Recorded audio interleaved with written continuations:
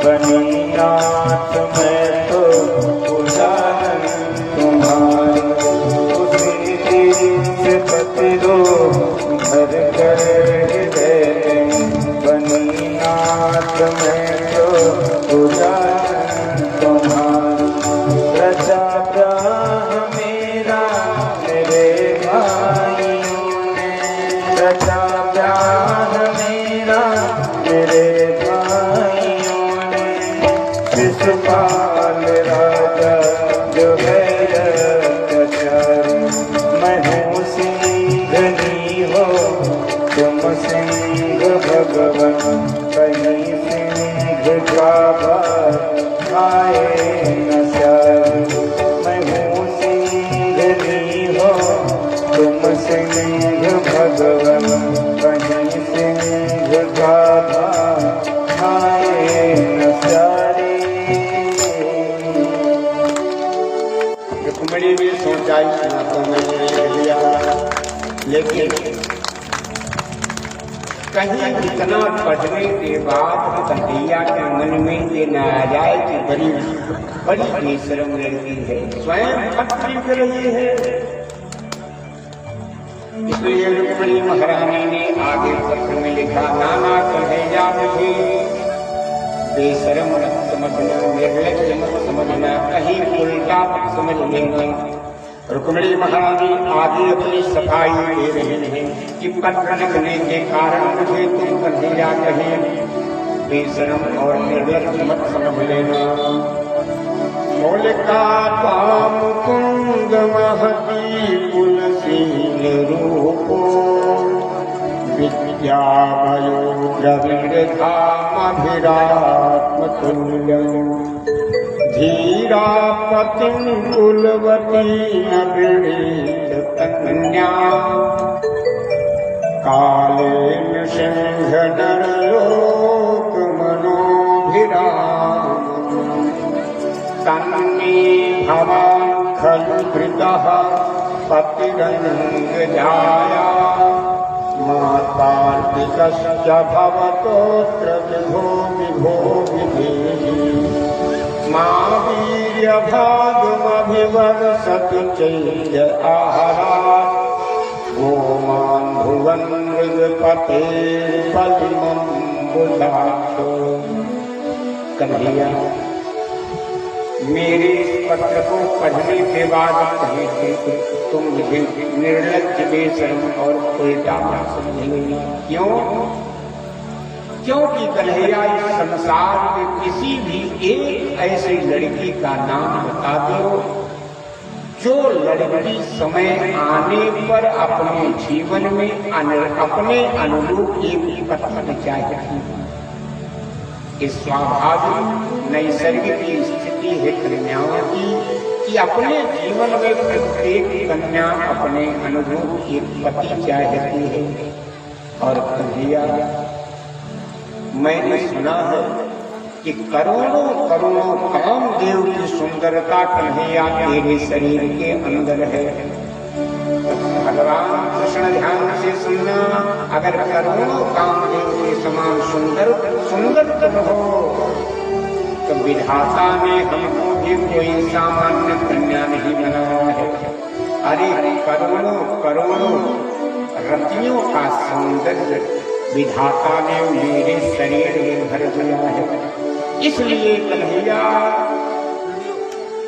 हमारे अनुरूप संसार में तुम्हारे अलावा कोई हो ही नहीं सकता है। रुक्मिणी महारानी पत्र को आगे लिखना शुरू कर देती हैं। कहीं सोच लेना नए श्याम सुंदर की उल्टा है जो लिख कर पठाया, जो हो श्याम सुंदर रतिनाथ से तुम विधाता ने मुझको रति हो जाया। कथा कौन कन्या कोई भी सुंदर जिसे अपने का पति न भाया। बनी मैं तो दासी तुम्हारी है नटवर, रखो लाज मेरी करो छत्र छाया।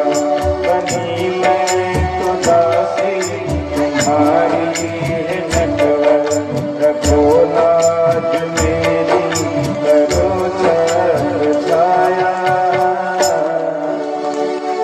रुक्मिणी ने सोचा शायद पत्र पूरा हो गया, क्योंकि मैंने तो सब कुछ लिख दिया, अब आगे और क्या लिखना है। लेकिन तब तक रुक्मिणी का कलेजा कांप गया। मैंने सब कुछ तो लिख दिया, लेकिन कहीं इतना पढ़ने के बाद मेरे भगवान श्री कृष्ण ऐसा भी सोचने लगे कि कन्या ने स्वयं मुझे पत्र लिख करके बुलाया है, इसलिए कहीं कन्हैया सिर पर मोर बांध करके और बैंड बाजा बना बजाते हुए बारातियों को लेकर के न आ जाए, बारात लेकर के कृष्ण न आ जाए। अरे नाना कन्हैया,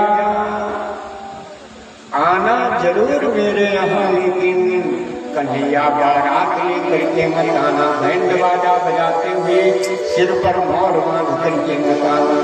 क्यों? क्योंकि कन्हैया अगर तू बैंड बाजा बजाते हुए बारात लेकर के यहाँ आएगा तो कन्हैया एक बात सुनना, यहाँ आने के बाद हवन में हवन अग्नि की कुंड में तुम हवन हमारे साथ नहीं कर पाओगे। और कन्हैया हवन कुंड की आवर भी हम दोनों का यहाँ नहीं हो पाएगा, इसलिए कन्हैया सुनो, आना तो जरूर, लेकिन बारात लेकर के मत आना। तो कैसे आऊंगा? रुक्मिणी ने कहा कन्हैया आना तो अपने साथ भी अपनी सेना को सजा करके आना, क्योंकि मेरी रक्षा के लिए यहाँ पहरा लगा हुआ है। अब रुक्मिणी महारानी आगे पत्र में लिख रही है, बोले आओ ये नाथ जो तुम यहाँ पर, न होगा प्रभु ब्याह दूल्हा सदा कर। आओ हे नाथ जो तुम यहाँ पर, न होगा प्रभु ब्याह दूल्हा सदा कर। चढ़ेगी न फुकनी पड़ेगी न भामर, न होगा पवन कुंड अग्नि जला। मेरी रक्षा खातिर खड़ी सेना, मुझे जदोगे पराक्रम दिखा। अकेले नयाना मेरे प्राण प्यारे, अकेले नयाना मेरे प्राण प्यारे। जो आना तो अपनी वो सेना सजा कर, अकेले नयाना मेरे प्राण प्यारे। जो आना तो अपनी वो सेना सजा कर। इतने भी पूजा करके सुदेवनाम के ब्राह्मण रुक्मिणी के सामने खड़े हुए, बेटी अगर तेरा पत्र पूरा हो गया हो तो पत्र हमको दे दूंगा, द्वारिकाधीश के हाथ में से दे दूंगा। रुक्मिणी ने भी सोचा मैंने तो सब कुछ लिख दिया, अब तो पत्र में कुछ बाकी नहीं रह गया है, इसलिए पत्र को ब्राह्मण देव के हाथों में दे दिया। और जैसे ही ब्राह्मण देव 4 कदम चले होंगे तब तक रुक्मिणी का हृदय कांप गया। हाय हाय, मान लो मेरे इस पत्र को पढ़ने के बाद कहीं कन्हैया ये न सोचने लगे कि मुझे सेना लेकर के जाना है और अपने रथ पर अस्त्र और शस्त्र हथियार लेकर के जाना है, अपना चक्र लेकर के जाना है। तो रुक्मिणी को चिंता हुई कि हे कन्हैया। उसी समय रुक्मिणी ने ब्राह्मण देवता को कहा ठहर जाओ ब्राह्मण देवता, भी तो मेरा पत्र पूरा ही नहीं, थोड़ी देर के लिए आप रुक जाओ। ब्राह्मण देवता ने कहा बेटी तुम तो जानती हो कि राज घराना है, राज दरबार है, सुबह जब मैं तुम्हारे घर में प्रवेश करता हूँ तो दरवाजे पर खड़े द्वारपाल रजिस्टर में हमसे दस्तखत करवाते हैं, टाइम डालते हैं कि इतने बजे ब्राह्मण देवता राजमहल में प्रवेश किए हैं। और आगे जब मैं बाहर निकलने लगूंगा तो फिर से मुझे टाइम डालना पड़ेगा कि इतने बजे मैं राजमहल से बाहर चला गया। लेकिन बेटी, अगर आज हमको देर हो जाएगी, ये राजघराना है, राज दरबार है भैया, हमारे ऊपर CBI जांच बैठा दी जाएगी कि ब्राह्मण देवता आज इतना देर से क्यों निकले हैं राजमहल से। बिटिया, मैं तो संकट में पड़ जाऊंगा। रुक्मणी ने कहा, बाबा तुम्हारे सामने आज तुम्हारी बेटी खड़ी है, बाबा आज की गारंटी मैं लेती हूँ, आपको कुछ नहीं होगा। इसी आराम कुर्सी पर आप तब तक बैठो जब तक मेरा पत्र पूरा हो जाए। ब्राह्मण देवता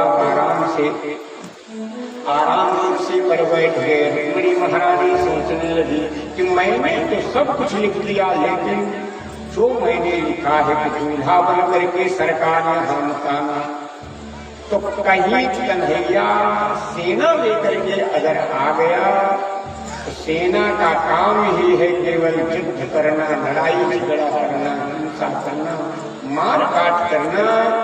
और मेरे इस मंगल में विवाह के अवसर पर अगर एक बूंद खून किसी का गिर गया तो मेरे किसी भाई का होगा, मेरे बाप का होगा, मेरे चाचा का होगा, मेरे नातेदार और रिश्तेदारों का होगा। और एक बूंद अगर मेरे रिश्तेदारों और नातेदारों का अगर मेरे विवाह के अवसर पर अगर गिर गया तो मेरा विवाह तो कलंकित हो जाएगा। अरे नाना कन्हैया, सेना लेकर के जरूर आना, लेकिन यहाँ लड़ाई झगड़ा नहीं करना। मानो कन्हैया पूछ सकता है, तुमको 7 फाटक के अंदर वनवास में रहोगी, बिना लड़ाई झगड़ा के रुक्मिणी में कैसे पहुंचूंगा। तो रुक्मिणी ने कहा, कन्हैया उसी का मैं उपाय बता रही हूँ कि मेरे पास तक तुम कैसे पहुंच सकते हो। पूर्वे जुरति महती गुरुदेवी यात्रा, पूर्वे जुरति महती गुरुदेवी यात्रा, यस्यां बहिर्नव बधूर्गिरिजां प्रिया। कन्हैया, मेरे खानदान का नियम है, हमारे खानदान में किसी भी बेटी की जब शादी होने लगती है तो शादी के पहले कन्या को दुर्गा माता के मंदिर में पूजा करने के लिए भेजा जाता है, क्योंकि मान्यता है कि बेटी के जीवन में जब तक दुर्गा माता आशीर्वाद नहीं देगी, उस कन्या के जीवन में अनुकूल पति कभी नहीं प्राप्त होगा।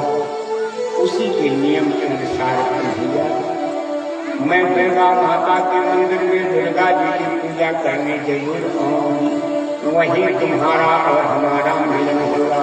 रुक्मिणी महारानी पत्र आगे लिखने लगी, कल मेरे ब्याह के लगन की है तिथि, तू नया समय को बिता कर कन्हैया, मेरे कुल की है देवी की पूजा, निधु में माझी के मंदिर कन्हैया, वहीं झगड़ करना होगा हमारा सहारा, तुम्हारा गिरवर उठैया, कवच में हंसी है मथा में पिसैया, कवच में हंसी है मथा में पिसैया, इसे तो किनारा लगा कन्हैया। रुक्मिणी ने पत्र को लिख दिया, लेकिन आगे सोचने लगी, मान लो आज के जमाने की तरह कन्हैया के मन में विचार आ सकता है, यस्यां स्नपनम महान्तो वाञ्छत्युमापति त्रिवात्मतपोतमोपहन्ति यदिहं मुजाक्षन लभे प्रसादम्। मेरे इतने पत्र को पढ़ने के बाद मान लो कन्हैया मुझको लेने के लिए स्वीकार हो जाए, आने के लिए तैयार हो जाए, लेकिन हो सकता है कन्हैया के मन में अगर एक प्रश्न आ जाए कि जिस कन्या से मेरी शादी होने वाली है, एक कन्या कितनी पढ़ी लिखी है।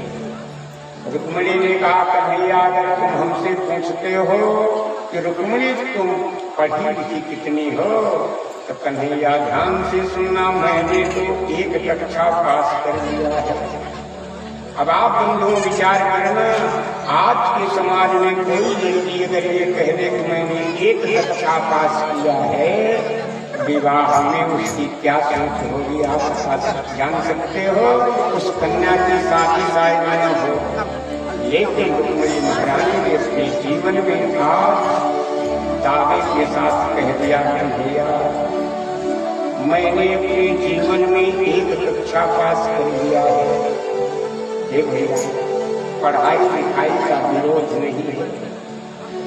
माताओं अपनी बेटियों को खूब पढ़ाना, इंटर BA में डिप्लोमा डिग्री PhD खूब कराना, लेकिन सब कुछ पढ़ाने के बाद भागवत की कथा सुनने आई हो तो अपनी बेटी को एक कक्षा जरूर पास करा देना। एक बेटी विदा होने लगी, जब बेटी विदा होने लगी तो माँ रोने लगी। बेटी ने कहा माँ तुम क्यों रो रही हो? माँ ने कहा बिटिया जब से समझने के लायक ही तुमने केवल पढ़ाई ही पढ़ाई किया, लेकिन बेटी तुमने कभी घर का कोई काम काज तो किया नहीं। लेकिन अब नैहर में तो जैसे तैसे चल गया, लेकिन ससुराल जा रही हो, ससुराल में जाने के बाद मान लो घर का कोई काम काज करना पड़ेगा।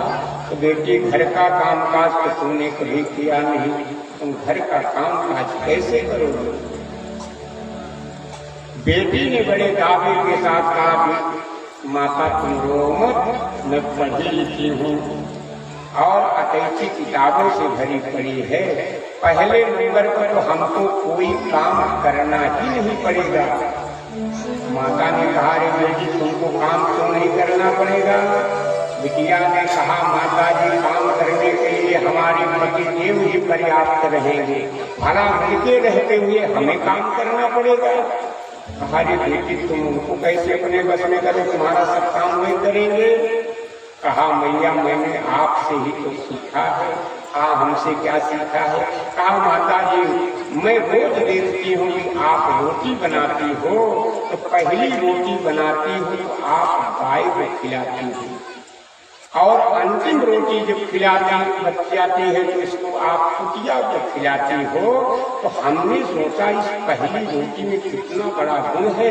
ये रोटी जिसको खिलाई जाती है पूरा सीधा सादा गौ बन जाता है, और जो अंतिम रोटी जिसको खिलाई जाती है वो भौंकने लगती है। तो हमने सोच लिया है कि घर हम ससुराल जाते ही पहले रोटी तो अपने पति देव के खिलाऊंगी, वो एकदम गाय बन जाएंगे, सीधे साधे बन जाएंगे, और अंतिम रोटी में अपनी सास को खिलाऊंगी, दरवाजे को बैठ के भूखती रहेगी क्योंकि अंतिम रोटी का। और मान लो माता जी कोई काम करना ही पड़ गया तो किताब पड़ी है अटैची में, किताब निकालूंगी, पढ़कर तुरंत काम कर लूंगी। बेटी ससुराल पहुंच गई।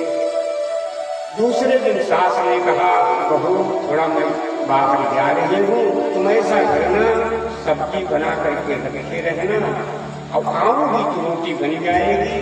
बहू ने बड़े दावे के साथ कहा माता जी आप जाओ, रोटी में सब्जी बना करके रखी रहूंगी। सास तो चली गई। अब बहू को सामने समस्या है कि सब्जी बनती कैसे है, आज तक नहीं जानती। खाई तो सब्जी बहुत थी लेकिन बनती कैसे नहीं जानता। तो तो अटैच से खोलने लगे, किताब ढूंढने लगी। अब ढूंढते ढूंढते उसको एक किताब मिल गई, सब्जी बनाने की विधि। बड़ी पसंद हुई उसको, सब्जी बन जाएगी। उसने पन्ना खोला, दिखा था सब्जी बनाने के लिए सबसे पहले सब्जी को छील डाला। उसने चाकू लिया और सब्जी को छील लिया। अब लिखा था छीलने के बाद सब्जी को धो डालना चाहिए। भैया सब्जी उठा करके उसने वैसे ही रख दिया। सास आई शाम को तो वो सब्जी बन गई है।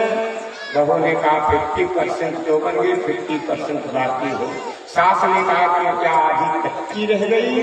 कहा माता जी आधी कच्ची तो नहीं रह गई, मैंने देखा लिखा था कि पहले काट डालो, तो मैंने वो छील दिया। छीलने के बाद उसे काट दिया। अब काटने के बाद लिखा था कि इसको धो डालो, तो मैंने सोचा माता जी से पूछ लो कि निर्मा से धोना है कि हमाम से धोना है। अब आप बताओ, आपकी चाहे जितनी पढ़ाई अच्छी होगी, PhD डिप्लोमा हो, लेकिन अगर एक पढ़ाई आपने नहीं पढ़ा तो जिंदगी आपकी नरक बन जाएगी। लेकिन रुक्मिणी मैया ने दावे के साथ कहा, संसार वालों ने मेरे जीवन में एक कक्षा पास किया है। और माताओं ध्यान से सुनना, तुम्हारी बेटी अगर यही एक कक्षा पास कर लेगी तो मरने के बाद वैकुंठ नहीं खोजना पड़ेगा, जीते जी आपकी बेटी का घर ही वैकुंठ बन जाएगा। तो कौन सी एक कक्षा है? बोले अरे कई धर्मों ये तो निभा, कई धर्मों ये तो निभा, कई धर्म ये तो निभा, कई धर्म ये तो निभा,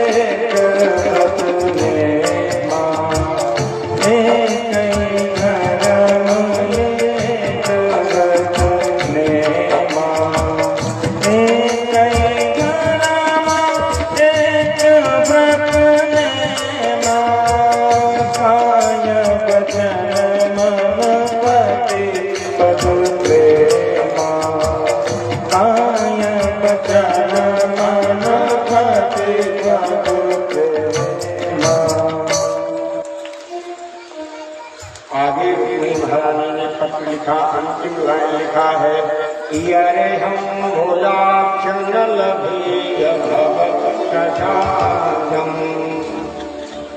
अंतिम में रुक्मिणी ने कहा, भैया हो सकता है मेरे इतने पत्र को पढ़ने के बाद तू इनकार कर दे और मुझे लेने के लिए मेरे उत्तर प्रदेश में अगर तुम न आया तो मेरी एक प्रतिज्ञा सुन लो कन्हैया, एक जन्म नहीं 100 जन्म धारण करूंगी और धारण करके तपस्या करके अपने प्राण दूंगी, लेकिन दूसरा कोई मुझे छू नहीं सकता है। विवाह तो केवल कन्हैया तुमसे करूंगी। भोले यार हम पूजाक्षण लभे भवत, यार हम पूजाक्षण लभे भवत प्रसादम, यही आसो व्रत सांक्षत जन्म भी श्याम। दिव्य पत्र रुक्मिणी ने ब्राह्मण देव के हाथों में दिया और ब्राह्मण देव उस पत्र को लेकर के चले गए। हे भैया, इस कहानी से संकेत मिल रहा है, जीवात्मा भगवान से अपनी साधना के दम पर कभी भी पा नहीं सकता। जैसे छत पर कोई खड़ा है, आप नीचे खड़े हो, छत पर खड़े व्यक्ति से आप मिलना चाहते हो, तो इतनी सामर्थ्य आपके अंदर नहीं, एक छलांग मारो, छत पर पहुंच जाओ, उससे मिल लो। आप वहां तक अपनी ताकत से नहीं पहुंच सकते, इसलिए आपको सीढ़ी की जरूरत पड़ती है। उसी प्रकार से जीव अगर भगवान के पास तक पहुंचना चाहता है, अपनी साधना के दम पर तो भगवान तक नहीं पहुंच सकता है। इसलिए उसके और भगवान के बीच